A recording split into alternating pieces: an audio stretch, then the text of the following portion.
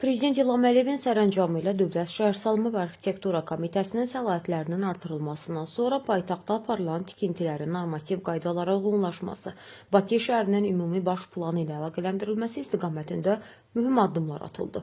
Komitə rəhbərliyinin qısa zaman ərzində işlək vəziyyətə gətirdiyi tikinti qaydalarının və tikintiyə icazənin sadələşdirilməsi sadə vətəndaşları sevindirsə də, bu sahədə əvvəllər böyük miqdarda vəsaitlər qazanan bəzi rayon icra hakimiyyətlərinin heç də ürəyindən olmadı.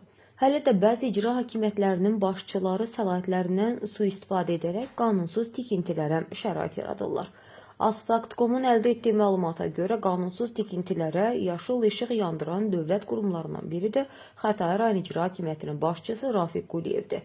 Məlumata görə Rafiq Quliyevin qayğısı ilə inşa edilən qanunsuz tikintilərdən biri də General Səməd bəy Mehmandarov 520 ünvanında baş verir. Belə ki, General Mehmandarov 520 ünvanında yerləşən obyekt Dövlət Şəhərsalma və Arxitektura Komitəsindən və digər aidiyyatı qurumlardan heç bir rəsmi icazəsi olmadan qanunsuz şəkildə artırılır. Səsləndirilən iddialarla bağlı qarşı tərəfində mövqeyini işıqlandırmağa hazırıq.